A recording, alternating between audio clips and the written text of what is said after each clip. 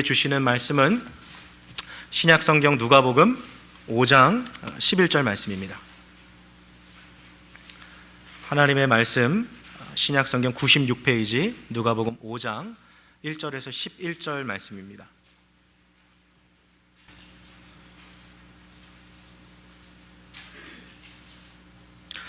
한 절씩 교독하실 때에 제가 먼저 1절 받들어 읽겠습니다. 무리가 옹이하여 하나님의 말씀을 들을새 예수는 게네사렛 호숫가에 서서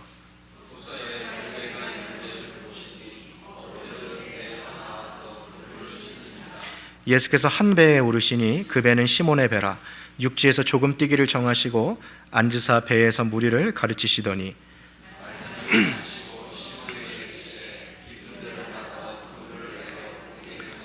시몬이 대답하여 가로되 선생이여 우리들이 밤이 맞도록 수고를 하였으되 얻은 것이 없지만은 말씀에 의지하여 내가 그물을 내리리이다 하고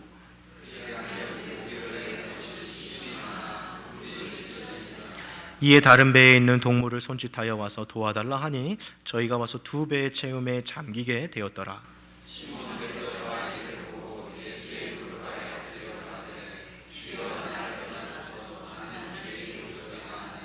이는 자기와 및 함께 있는 모든 사람이 고기 잡힌 것을 인하여 놀라고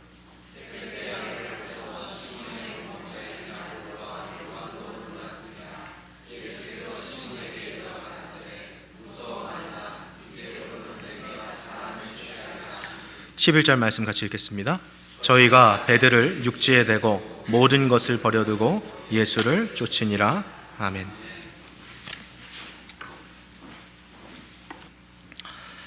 반갑습니다. 잘 오셨습니다. 한 주 한 주 이렇게 들려오는 뉴스나 소식들을 보니까 전 세계가 진짜 지금 여러 가지 일들이 많이 벌어지고 있는데요. 이렇게 교회에서 그래도 이렇게 한 주간 평안하게 지내셨다가 다시 보시는 것 자체가 참 누군가에게는 일상이지만 또 누군가에게서는 참 큰 복이라는 것을 깨닫게 됩니다. 우리 전후자고 계신 분들 보시면서 한번 같이 인사하십시오. 반갑습니다. 잘 오셨습니다. 한번 같이 반갑습니다. 네.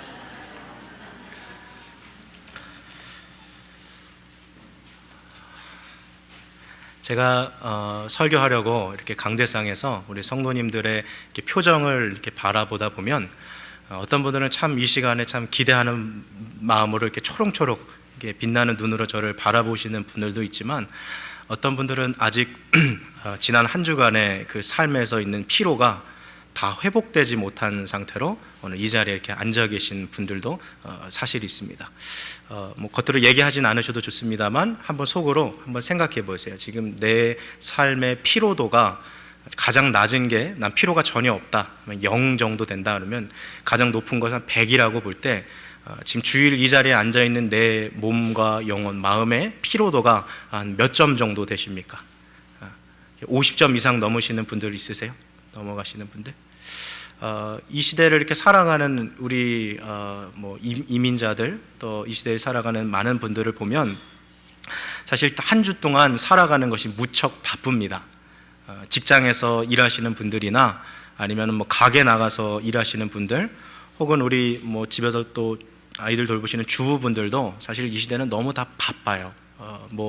일하시는 분들을 생각해 보면 직장 나가면 분명히 한 주 동안 끊임없는 업무량에 시달리면서 열심히 일을 했는데 내일 월요일 날 다시 돌아가 보면 다시 리셋되어 있는 것처럼 너무 많은 일들이 우리를 기다리고 있는 거죠.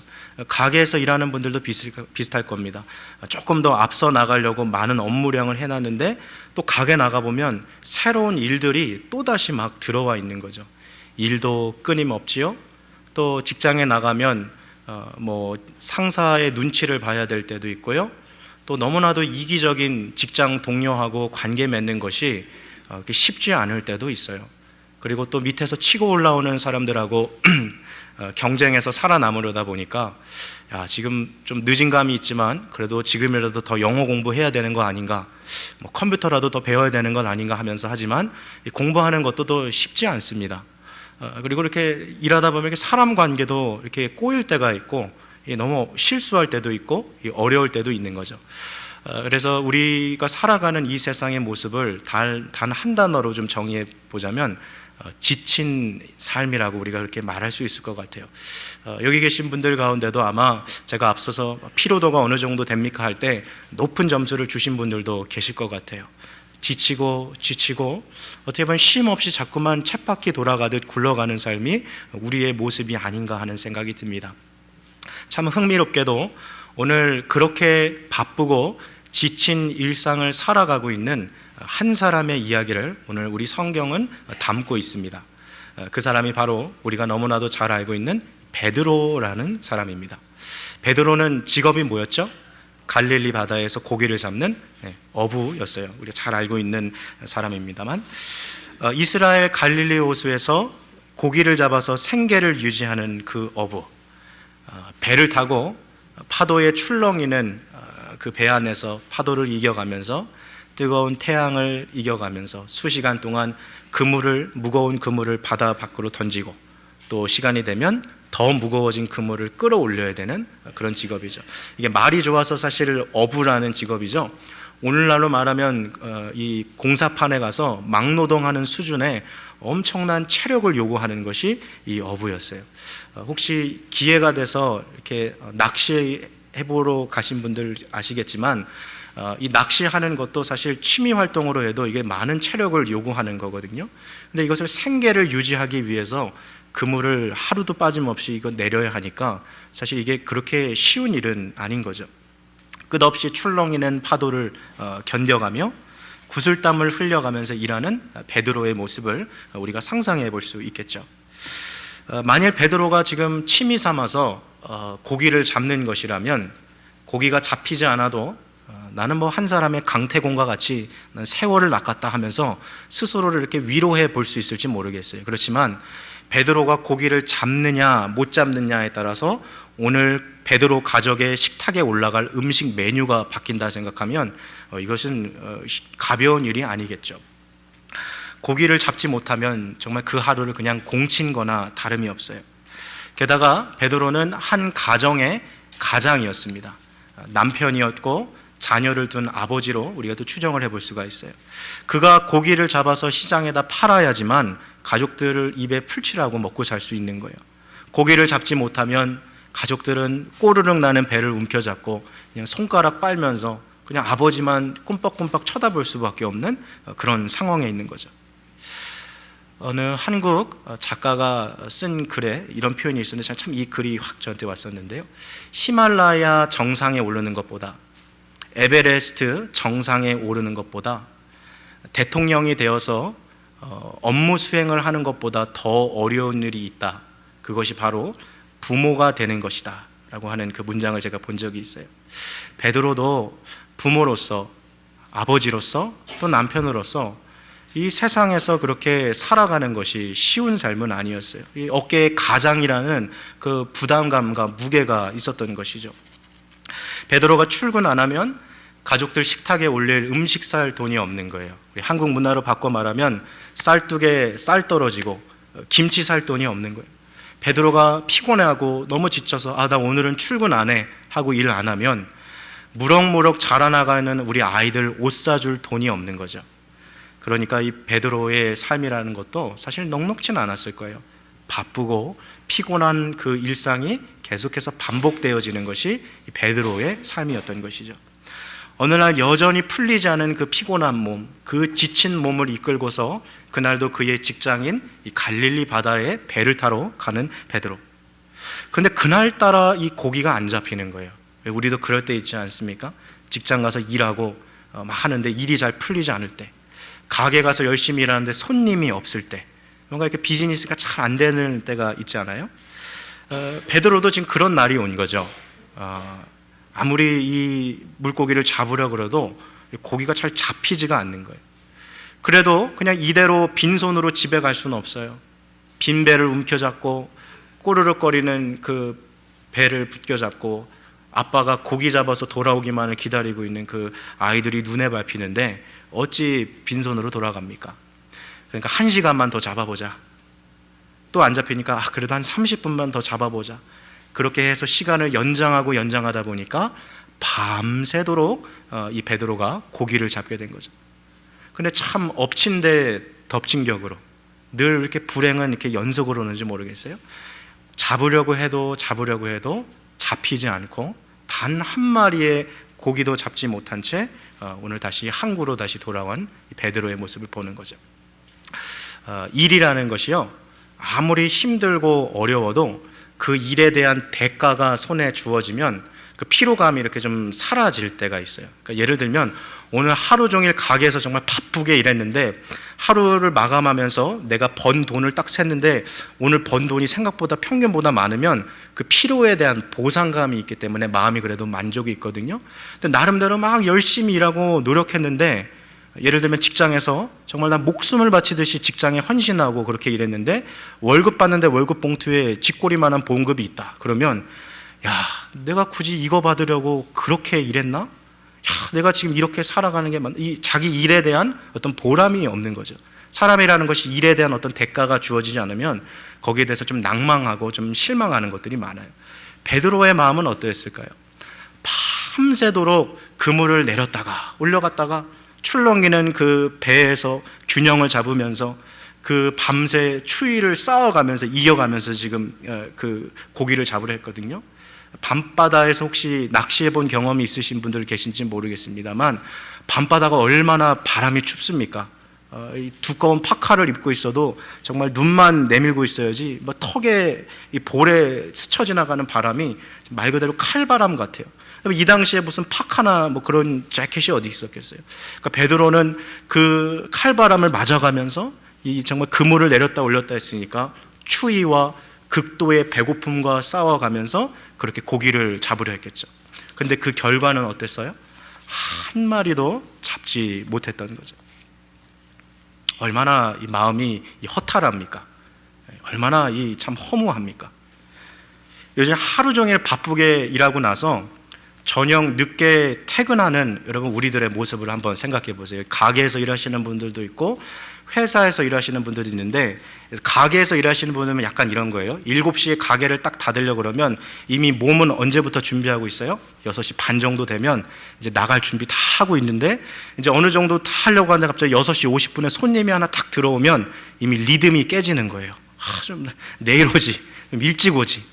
회사에서도 이제 일 다 끝나고 뭐 이제 컴퓨터 하고는 있지만 이미 한 4시 반 정도 되면 이제 집에 가야지 막 그러고 있는데, 갑자기 상사가 일을 하나 테이블에 탁 던져주면서 오늘 이거 하고 가? 이러면 너무 싫은 거죠. 직장인들이 듣기 싫어하는 말 중에 순위 1위가 뭐냐면 오늘 야근 있어. 이게 제일 싫다는 거예요. 그럼 직장인들이 제일 듣기 좋아하는 말이 뭔지 알아요? 아직도 여기 있어? 빨리 퇴근해. 이게 제일 듣기 좋아하는 말이라는 거죠. 그러니까 오늘 밤새도록 지금 일을 하고서 다시 항구에 돌아온 이 베드로, 몸은 천근만근이에요. 고기 잡은 거 하나도 없어요. 이제 그물만 씻고 집에 가서 뭐 침대 위에 널브러져서 잠이라도 자고 싶은 마음, 그게 지금 베드로의 마음인 거죠. 자, 근데 오늘 이 본문의 배경이 되는 곳이 어디입니까? 갈릴리 바다예요. 갈릴리 바다. 이걸 한 가지 좀 이렇게 기억해 주시면 좋겠는데요. 성경에는요, 갈릴리 바다가 3가지 이름으로 나옵니다. 다른 이름으로 나오지만 사실 다 똑같은 지역을 말하는 거예요. 오늘 우리가 함께 봤던 이 갈릴리 바다가 다른 데서는 디베랴 호수라는 이름으로도 나오고요, 오늘 본문을 보면 이게 게네사렛 호수라고 나와 있어요. 근데 사실 이 3가지가 같은 지명인 거예요. 그렇다면 왜 누가는 오늘 이 3가지 이름 중에 가장 흔한 갈릴리 바다나 디베랴 호수라고 쓰지 않고 오늘 본문 1절을 보시면 게네사렛 호수라고 이 본문을 썼을까요? 여기는 한 가지 의도가 있어요. 게네사렛이라는 이 지명은 아주 풍요로운 정원이다라는 그 의미 있어요. 풍요롭다라는 게네와 그리고 정원이라는 단어를 가진 사렛, 이게 합쳐져서 게네사렛이 된 거죠. 여러분, 고기가 얼마나 많이 잡히면 게네사렛 호숫가라고 이름을 불렀겠어요. 그런데 그 풍요로운 그 호숫가에서 베드로는 밤새도록 고기를 잡았지만 고기를 잡았어요? 못 잡았어요? 한 마디도 못 잡았어요. 그러니까 오늘 베드로가 항구로 돌아올 때 그의 그물이 비어 있는 거, 빈 그물, 빈 배, 이것은 그의 인생에 있어서 쓰디쓴 맛, 큰 실패를 지금 경험한 것을 의미하는 거죠. 베드로의 빈 그물, 빈 배는 아무리 노력해도 잘 되지 않는 그 상황을 이야기해 주고 있는 것이죠. 여러분, 우리들도 살아가다 보면 삶의 이런 빈 배를 경험할 때가 있어요. 내가 정말 잘 살아보려고 노력하는데 자꾸만 내 인생이 꼬이는 것, 자꾸만 내 생각대로 풀리지 않는 경우들이 있어요. 오늘 여기 앉아 계신 분들은 내 인생의 빈 배가 뭔지 한번 생각해 보시죠. 어떤 분들에게는요, 어느 날 갑자기 찾아온 인생의 질병이 그분들의 인생의 빈 배일 수도 있어요. 이민자로 정말 열심히 살았거든요. 10년, 20년 동안 직장에 정말 빠지지 않고 열심히 살았는데 어느 날 가슴이 답답해서 병원에 가서 진료를 받는데 의사 선생님이 정말 청청박력 같은, out of the blue, 정말 이 마른 하늘의 날벼락 같은 진단을 내리는 거예요. 선생님, 죄송합니다만 지금 몸이 이렇습니다. 너무 허무한 거죠. 지금 이제 막 20년, 30년 이래서 이제 막 삶의 클라이막스 향해 달려가고 있는데, 어떤 분들의 인생의 빈배는 뭐예요? 막 열심히 일하고 노력하는데 승진이 안 되는 거예요. 프로모션이 안 되는 거예요. 어떤 분들은 비즈니스를 하고 있는데 나름대로 자기 비즈니스니까 막 돌려보려고 하는데 이게 자기 마음대로 막 안 돌아가는 거죠. 또 어떤 분들은 자녀가 너무 속썩여서 그런 빈배가 될 수도 있고, 또 사람들과의 관계에 있어서 자꾸 이게 대인관계가 꼬이니까 이 삶의 빈배가 될 수 있는 거죠. 오늘 본문에서 말하고 있는 이 빈 그물과 빈 배는요, 아무리 노력해도 나아지지 않는 그런 절망적인 상황에 있는 그 사람의 모습을 보여주고 있는 거죠. 풍요롭기로 유명한 동네인 이 게네사렛에서 인생의 쓴맛, 빈배를 경험한 베드로는 말 그대로 지금 실패를 경험하고 있는 거죠. 그물을 씻고 정리하고 있는 이 사람의 마음을 한번 상상해 보십시오. 밤새도록 물고기를 한 마리도 잡지 못한 채 지금 다시 집으로 돌아가야 하는 자기 자신에 대한 실망감도 있고요. 야, 어떻게 내가 이렇게 노력했는데, 밤새도록 노력했는데 물고기를 한 마리도 못 잡았냐 하는 세상에 대한 야속함도 좀 느끼고 있었겠죠. 베드로는 바다에서 뼈가 굵은 사람이에요. 그의 별명을 붙여주자면 바다의 사나이라고 붙여줄 수 있을 정도로 한평생 이 고기 잡는 일에 있어서 베테랑인 거죠. 전문가 중에 전문가예요. 근데 자기가 정말로 자신 있어 했던 그 분야에서 실패했어요. 그 인생의 한계를 지금 맛본 거죠. 야, 내가 이거밖에 안 되나? 야, 내가 정말 이거밖에 안 되나? 야, 이거 내가 계속 할 수 있을까? 내가 이거 직장 옮겨야 되는 거 아닌가? 나 이거 이대로 할 수 있을까 하는 그런 무력감, 그런 좌절감을 경험하고 있는 거죠. 그런데 오늘 성경은 바로 이런 인생의 실패의 현장, 인생의 빈 배와 빈 그물을 경험한 베드로의 삶에 예수님께서 찾아오고 계시는 반전적인 모습을 보여주고 있는 것이죠. 화면에 3절 말씀 한번 보여주시겠습니까? 3절 한번 같이 읽겠습니다. 하나만 넘기시면 3절 나와요. 네, 3절 보여주세요.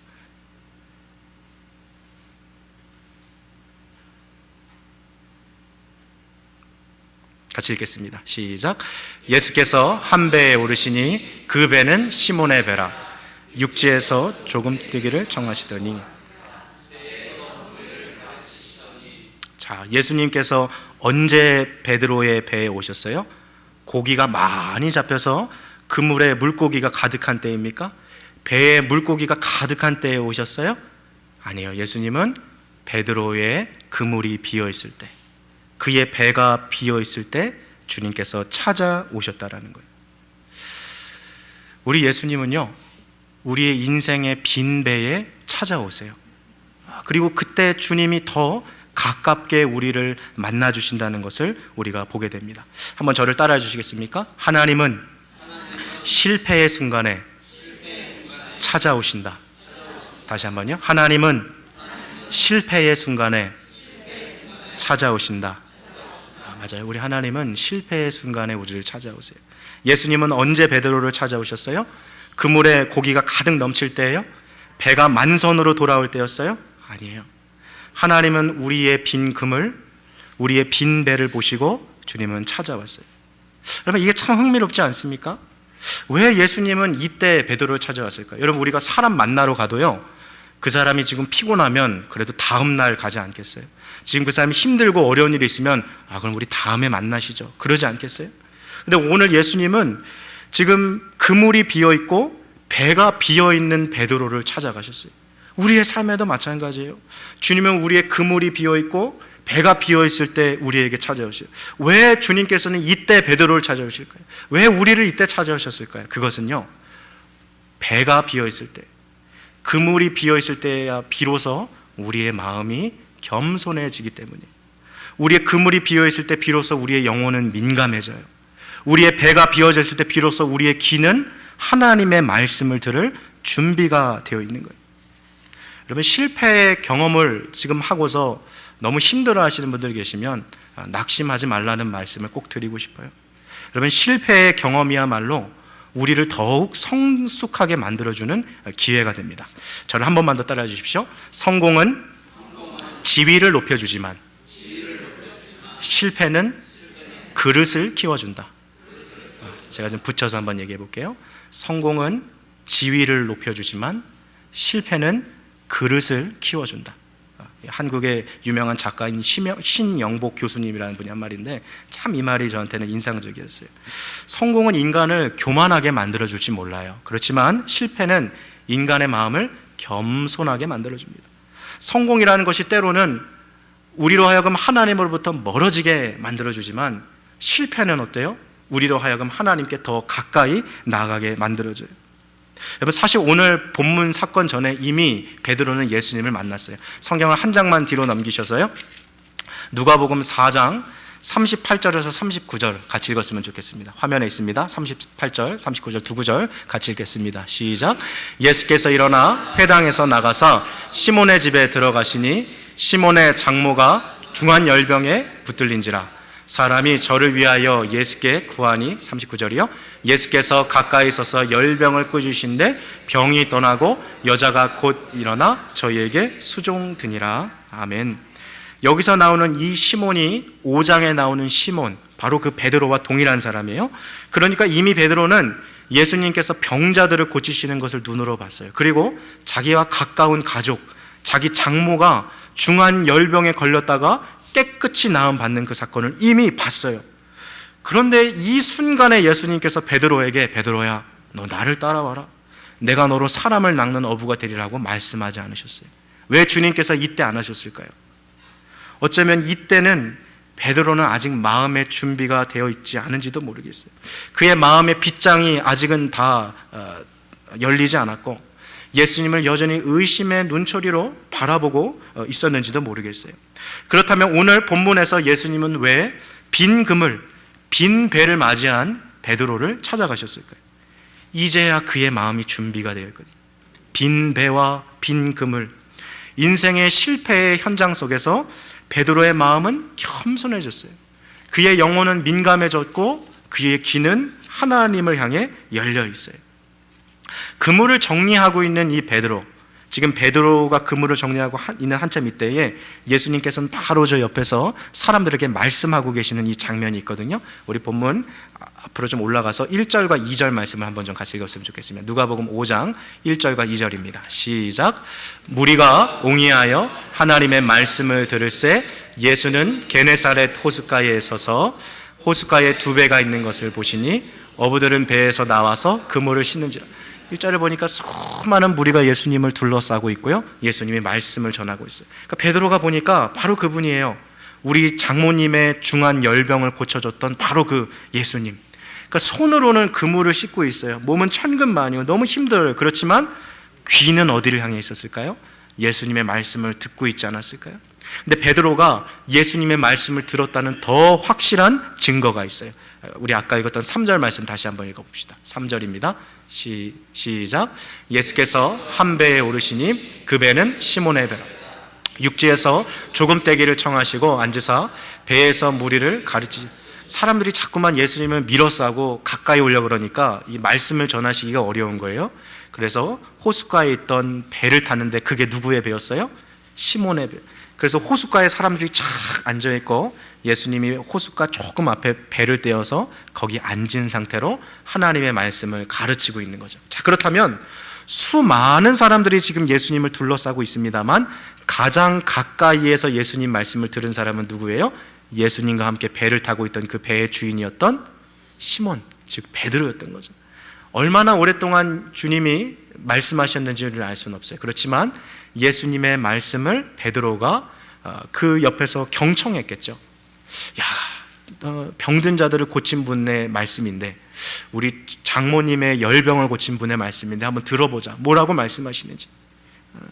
예수님께서 이 말씀하시는 모습인데, 오늘 누가복음의 이 카메라는 아주 흥미롭게 지금 보여주고 있는 거예요.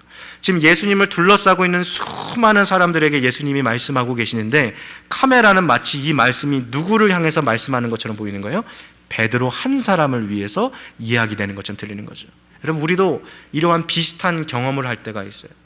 교회 나와서 말씀을 듣는데요, 때로는 이 말씀이 그냥 내 영혼의 이 껍질을 이렇게 스쳐 지나가듯이 그냥 지나가는 주일이 있을 수 있어요.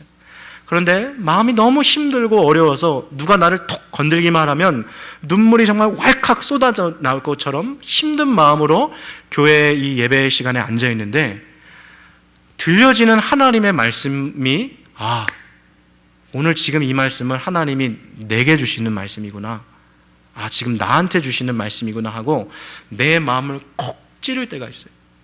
어쩌면 예수님께서 오늘 배에 타셔서 베드로에게 하셨던 그 말씀이 베드로에게 있어서는 너무나도 필요한 말씀이었는지도 모르겠어요. 지난날 예수님의 말씀을 들을 때는 아무런 감동이 없었어요. 그렇지만 그물이 비어있고 밤새도록 수고해도 배가 비어있자 겸손해진 이 베드로의 마음 상태, 마음이 변해버린 거죠. 그러니까 만약에 베드로가요, 고기를 많이 잡았더라면 예수님의 말씀 들을 기회가 없었을 거예요. 만약 고기를 많이 잡았더라면 예수님께서 배에 오르실 때 선생님 죄송합니다, 제가 지금 시장 나가서 이 고기 팔아야 되거든요, 다른 배 타세요, 그랬을지도 모르겠어요. 그렇지만 오히려 그의 인생의 쓴맛이, 그의 빈 배가, 빈 그물이 예수님의 말씀을 들을 수 있는 기회를 주신 것이죠. 하나님은 우리의 실패의 현장에 찾아오십니다. 그리고 우리의 마음 가운데 찾아오셔서 하나님의 말씀을 들려주시는 거예요. 오늘 이 자리 가운데서 말씀이 어쩌면 가장 깊게 들리는 분들은 너무나도 힘든 때를 보내고 있는, 인생의 빈배를 경험한 분, 인생의 쓴맛을 경험한 분에게 오히려 하나님이 더 깊게 말씀해 주실 수도 있어요. 그런데 그 순간이 우리의 영혼의 그릇이 자라는 시간이라는 것이죠. 자, 무리를 향하여서 말씀을 하신 주님, 이제는 더 확실히 고개를 돌려서 베드로 한 사람을 바라보고 주님께서 말씀하십니다. 4절 말씀 같이 읽겠습니다. 4절입니다. 시작. 말씀을 마치시고 시몬에게 이르시되 깊은 데로 가서 그물을 내려 고기를 잡. 베드로는요, 이력서를 쓰면 어부 이력으로는 아주 풍성한 이력을 갖고 있는 사람이에요.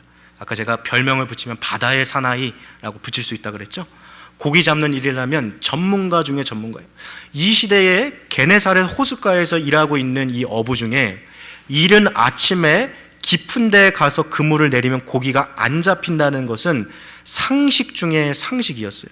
그러니까 지금 예수님께서 이른 아침에 오셔서 베드로야, 저기 깊은 데로 가서 그물을 내려 고기를 잡으라 말씀하시는 것은 이 베테랑 어부인 베드로가 볼 때는 이거는 말도 안 되는 거였어요. 아니 선생님, 잠깐만요. 선생님은 목수시잖아요. 나무를 자르고 키고 니스 칠하고 이런 거는 선생님이 전문가인지 모르지만 이거는 내 영역입니다. 이건 내 분야예요. 이건 내가 너무나도 잘해. 이른 아침에 깊은 데서 가서 그물을 던지라고요? 그 말도 안 됩니다. 어떻게 그러겠습니까? 이렇게 베드로가 반응할 수 있지 않았겠어요? 근데 때로는 우리가 살아가면서 주님께 그렇게 할 때가 있어요. 주님, 다른 건 다 몰라도 주님, 돈 버는 문제요? 재정 문제요? 이거는 제가 전문가죠. 주님, 이거는 손대지 마세요. 주님, 자녀 교육 문제요? 이거는 제 분야죠. 주님, 이건 건들지 마세요. 하나님께서 우리의 삶에 오셔서 주님의 말씀을 들려주시는데 자꾸만 하나님의 말씀을 우리가 튕겨낼 때가 있었다. 평상시에 고기가 잘 잡혔더라면 베드로 오늘 예수님 말씀 거들떠들 뭘 모르고 말씀하시네. 나사렛에서 오셨죠? 지금 이 게네사렛 호수는요, 이른 아침에 깊은 데로 가서 그물 내리면 한 마리도 안 잡혀. 그건 상식 중에 상식입니다. 이렇게 말했을지도 모르. 그렇지만 지금 베드로는 어때요? 밤새도록 고기를 잡아보려 했지만 한 마리도 못 잡았어요. 자기가 제일 자신 있어 했던 삶의 영역에서 실패를 맛본 거예요. 그러니까 평상시 같으면 안 들었을 주의 말씀이지만 지금 마음이 너무나도 힘들고 어렵고 야, 내가 살아왔던 방식이 잘못될 수도 있었겠구나 하는 것을 인정하는 그 상태가 돼서야 비로소 주님의 말씀을 들었던 것이죠. 자, 5절 말씀. 상식과 경험을 버려두고 예수님의 말씀을 따르려 했던 베드로의 고백을 한번 같이 읽어봅시다. 5절입니다. 시작. 시몬이 대답하여 가로되 선생이여 우리들이 밤이 맞도록 수고를 하였으되 얻은 것이 없지만은 말씀에 의지하여 내가 그물을 내리리이다. 베드로는 이미 예수님께서 자기의 장모의 중한 열병 고치는 거 보셨어요. 많은 병자들 고치는 거 보셨어요. 그리고 자기 배에서 하신 예수님의 말씀도 들었어요. 이제는 그의 마음이 결단할 때요. 결단을 내릴 때가 됐어요. 그래, 한번 이 예수님의 말씀을 따라 살아가 보자. 뭐 손해볼 게 뭐가 있냐. 이미 빈 배고 이미 빈 그물이고 이미 실패한 인생인데 한번 주님 말씀 한번 따라가 보자. 베드로는 자신의 경험과 선입견을 내려놓고 예수님 말씀대로 남들은 하지 않는 밝은 대낮의 깊은 데로 가서 그물을 내린 것이죠. 자, 그 결과는 어땠습니까? 아주 놀라운 일이 벌어집니다. 자, 6절과 7절 우리 두 구절 같이 읽겠어요. 시작. 그리한즉 고기를 애운 것이 심히 많아 그물이 찢어지는지라 이에 다른 배에 있는 동물을 손짓하여 와서 도와달라 하니 저희가 와서 두 배의 채움에 잠기게 되었더라. 앞서 5절 말씀을 보면 베드로는 반신반의했어요. 선생님, 제가 지금 밤새도록 고기를 잡으려고 이렇게 해봤지만 지금 오늘 뭔가 날이 아닌가 봅니다. 그렇지만 선생님이 지금 나한테 그물을 깊은 곳에 가서 내리라고 말씀했으니까 제가 선생님 말씀 따라 한번 해볼게요. 5절의 그 리앙스가 좀 그런 거거든요. 그러니까 베드로도 예수님 말씀 따라 순종은 하는데 마음속으로 뭐 별거 있겠어? 예수님이라고 뭐 뾰족한 수가 있겠어? 그런 마음을 갖고 있었지만 그렇지만 말씀에 순종한 거죠. 그런데 오늘 이날 예수님의 말씀에 순종한 베드로는 평생 잊지 못할 놀라운 기적을 경험하게 된 거죠. 그의 기대를 뛰어넘는 엄청난 숫자의 물고기를 보게 되었어요. 여러분, 그물에 들어온 물고기가 얼마나 많았는지요? 6절 한 번만 다시 보여주시겠어요? 고기를 애운 것이 심히 많아 그물이 어떻게 됐대요? 그물이 찢어졌대요. 여러분, 요즘에 최첨단 그 낚시 도구들을 다 가지고요, 그 뭐 전파를 쓰거나 주파를 때려가지고 고기를 막 이렇게 모은다 하더라도 그물이 찢어질 정도의 고기를 잡는다는 것은요, 이거는 뭐 거의 불가능한 미션이에요. 그러니까 이 당시에 지금 그물이 찢어질 정도로 고기를 잡았다는 것은 베드로가 한평생 경험하지 못한 놀라운 기적을 지금 경험하고 있는 거죠. 얼마나 잡힌 고기가 많았든지 7절에 보니까 자기 친구 어부들에게 도와달라고 말해야 할 정도였어요. 고기가 두 배를 가득 채울 정도로 어마어마하게 많았던 거죠. 자, 여기까지 지금 성경을 보고요, 이제 다시 한번 돌아오세요. 만일 우리가 베드로였다면 지금 밤새도록 고기를 잡으려 했는데 고기가 안 잡혔어요. 근데 예수님이 와서 예수님이 깊은 데로 가서 고기를 잡으려니까 고기가 엄청나게 잡혔어요. 이렇게 대박난 날이 없어요. 만일 우리가 베드로였다면 그 다음에 예수님한테 뭐라고 했겠어요? 만일 저라면 이랬을 것 같아요. 예수님, 선생님 잠깐만 여기 앉으십시오. 선생님, 지금 제가 좀 긴히 할 얘기가 있는데 저랑 같이 동업합시다. 우리 같이 주식회사 갈릴리 차려가지고 선생님이 좌표만 알려주시면 내가 금을 내릴게요. 선생님 뭐 얼마를 원하세요? 내가 샐러리 원하는 만큼 드릴 테니까 나랑 같이 동업합시다. 막 그러지 않았겠어요? 인간적인 마음에? 근데 만약에 오늘 이 본문의 이야기가 한 사람의 어부가 엄청나게 많은 물고기를 잡은 것에서 끝났다면 사실 오늘 이 이야기는 별 볼 일 없는 이야기예요. 왜요?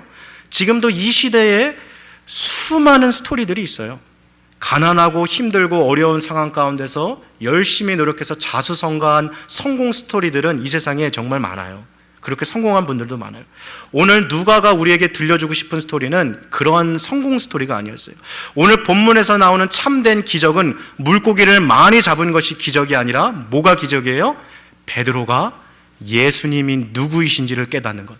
그게 바로 오늘 본문의 핵심 포인트였어요. 자, 베드로의 반응이 무엇인지 한번 살펴봅시다. 8절이에요. 8절 한번 같이 읽겠습니다. 시작. 시몬 베드로가 이를 보고 예수님 무릎 아래 엎드려 가로되 주여 나를 떠나소서 나는 죄인. 선생님 나랑 같이 동업합시다. 선생님 딴 데 가지 마세요. 내가 잘해줄게요. 그게 아니었어요. 왜요? 베드로는 예수님이 누구인지를 본 거예요. 이분이 보통 분이 아니구나. 이분이 보통 분이 아니야. 자, 성경책 갖고 계신 분 5절을 한번 다시 보세요. 5절에 베드로가 예수님을 부를 때 뭐라고 불러요? 선생님, 우리가 밤이 맞도록 수고하실 때 잡은 것이 없지만 내가 선생님의 그 말씀에 의지해서 그물을 내려볼게요. 그랬어요. 8절 보세요. 베드로가 예수님을 뭐라고 불러요? 주여 라고 불러요. 호칭이 바뀌었어요. 여러분, 교회에 온 분들에게 이러한 변화가 있어야 돼요. 예수에 대해서 그냥 저가 4대 성인 중에 한 사람이겠지, 진리를 가르치는 교사인가 보다 하다가 예수님이 누구신지를 알게 되는 그 순간에 오늘 베드로가 어디 아래 무릎 꿇고 있습니까? 예수님의 무릎 아래 꿇고서 주여 내가 죄인입니다 하는 고백이 반드시 있어야 돼요. 여러분, 오늘 이 자리에 앉아 계신 분들 신앙생활을 10년, 20년 어렸을 때 모태신앙부터 했다 할지라도 오늘 이 베드로와 같은 이 고백이 없으면 아직 신앙생활 시작도 안 한 거예요. 예수님이 누구인지를 바로 깨닫는 것, 그것으로 인해서 내가 누구인지를 바로 깨닫는 것이 바로 기적 중의 기적인 거예요. 베드로는 예수님을 주라고 고백했어요. 주여, 큐리어스, 주님, 나의 주님. 주님 앞에 내가 누구라고 고백합니까? 나를 떠나서서 나는 뭐예요? 죄인. 예수가 주되심을 고백하고 이 주인 앞에 죄인됨을 고백하는 것. 그러니까 오늘 이 본문의 가장 클라이막스는 고기를 잡은 것이 아니라 이 사건을 통해서 베드로가 회심하는 장면, 예수님이 누구인지를 깨닫고 이 예수님 앞에서 내가 누구인지를 깨닫는 것이 바로 클라이막스예요. 여러분, 우리가 살아가면서 반드시 인간으로서 두 가지 문제를 해결해야 돼요. 이거는 반드시 이 문제를 해결하고 살아가지 않는다면 동물이나 똑같은 거예요. 그 두 가지의 질문이 뭐냐면 이것이에요. 나는 누구인가?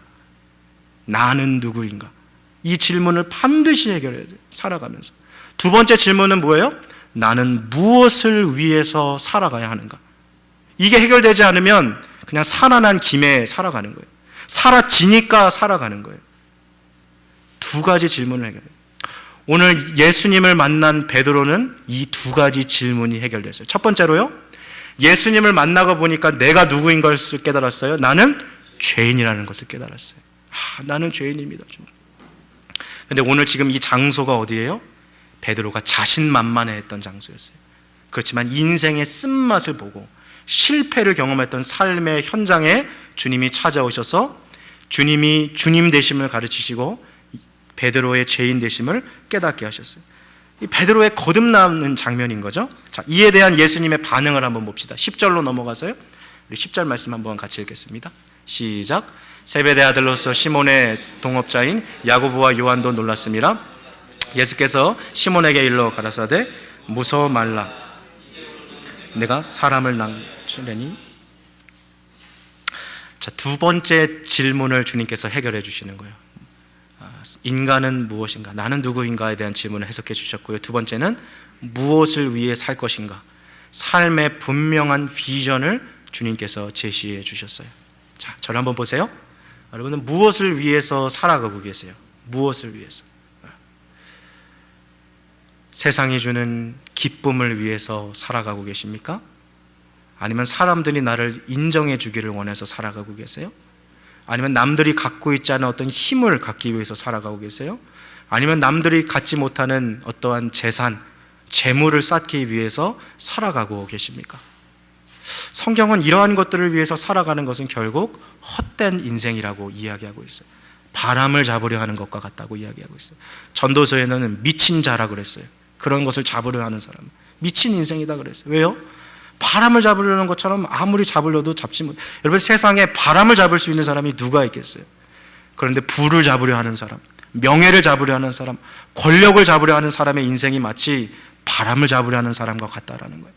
그런 것을 위해서 살아가는 사람은 반드시 인생의 마지막에 헛되다, 내가 잘못 살아왔구나라고 고백할 수밖에 없다는 것이죠. 오늘 예수님께서는요, 인생의 비전을 분명하게 말씀했어요. 베드로야, 나를 따라와라. 나와 같이 살아가자. 내가 제시하는 이 길을 너 걸어가라. 삶의 분명한 비전을 제시해 주신 것이죠. 자, 근데 이 고백이 순서가 있었어요.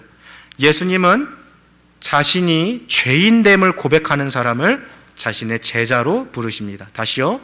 예수님은 무슨 고백을 한 사람을요? 자기가 죄인이라는 것을 고백하는 사람을 예수님의 제자로 부르시는 거예요. 이 고백이 없으면 예수님의 제자가 될 수 없는 거예요.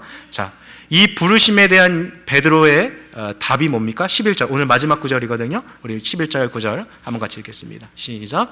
저희가 배들을 육지에 대고 모든 것을 버려두고 예수를, 베드로는요 모든 것을 버렸어요. 그물도 버렸어요. 배도 버렸어요. 어쩌면 기록되어 있지는 않습니다만 여기 지금 저들이 배들을 육지에 대고 모든 것을 버려두고 예수를 쫓았다는 거, 바로 갔다는 거거든요. 그러니까 두 배를 가득 채운 물고기도 그냥 그대로 두고서 예수님 따라가는 거예요. 오늘 이 이야기가 단 한 번의 만선의 꿈이었다면, 인생에서 단 한 번 성공치는 거, 대박을 꿈꾸는 사람의 이야기였다면 사실 이건 너무나도 별 볼 일 없는 이야기예요. 오늘 이 이야기의 핵심은 뭐예요? 단 한 번의 만선보다, 단 한 번의 성공보다 더 중요한 것이 있는데, 그것은 바로 예수 그리스도가 누구이신지를 알고 그분이 우리에게 주신 인생의 분명한 비전을 위해서 살아가는 삶으로 변화되는 것, 그것이 우리의 인생의 참된 기적이고 성공이라는 것을 깨닫게 하는 거죠. 오늘 여기 앉아 계신 분들 가운데 주변에 함께 신앙생활하는 분들, 혹은 내 자녀, 내 형제 중에 영어 이름이 피터인 분들 있으시죠? 베드로, 아는 분 중에 있으시죠? 왜 지금도 많은 사람들이 그의 이름을, 우리 지인의 이름을 피터라고 말합니까? 여러분, 사실은요, 이 베드로는요 그렇게 뭐 학문적으로 뛰어난 사람이 아니에요. 가문이 막 좋은 사람이 아니에요. 재벌도 아니에요. 근데 왜 여전히 많은 사람들이 자기의 그 이름을 피터라고 지을까요? 이 사람이 진짜 복된 삶을 살아갔거든요. 내가 누구인지를 알았어요. 그리고 무엇을 위해 이 세상을 살아가야 되는지를 바로 알았어요. 그리고 깨달은 그것에 집중하여서 남은 인생을 살아갔던 것이, 그게 너무 복되다는 것을 우리가 알기에 지금도 우리 주변에 베드로, 피터라는 이름이 들려지고 있는 것이죠. 말씀을 좀 맺겠습니다. 사랑하는 성도 여러분, 오늘 이 자리에 앉아 계신 분 가운데 빈 그물로, 빈 배로 오늘 이 자리에 앉아 계신 분들이 있으신지 모르겠어요. 실패를 경험하고 인생의 쓴맛을 맛보고 오늘 이 자리에 앉아 계신 분들이 계신지 모르겠어요. 그러나 기억하십시오. 그 빈 배가 바로 주님이 찾아오시는 배입니다. 주님은 우리를 절대 버려두지 않으시고 우리에게 찾아오셔서 주님의 말씀을 들려주시고 계십니다. 이제 우리가 반응해야 할 때입니다. 베드로가 예수님의 말씀을 듣고 깊은 데로 가서 그물을 던졌던 것처럼 자기의 경험과 상식에 반대되는 삶의 모습이었지만 주님이 말씀하셨기에 그 길을 살아갔고, 그로 인해서 예수님이 누구인지를 깨달았고 자기의 죄인됨을 깨닫고 자기가 살아갈 삶의 분명한 목적과 비전을 발견했듯이 우리도 주님의 말씀을 따라 살아간다면 이 세상에서 가장 복된 삶, 풍성한 삶을 살아갈 수 있을 것입니다. 베드로를 찾아오셨던 주님, 지금도 우리를 찾아오고 계십니다. 그 주님과 함께 동행하며 살아갈 수 있는 또 한 주의 삶, 남은 우리의 삶이 되시기를 주님의 이름으로 축복합니다. 함께 같이 기도하시겠습니다.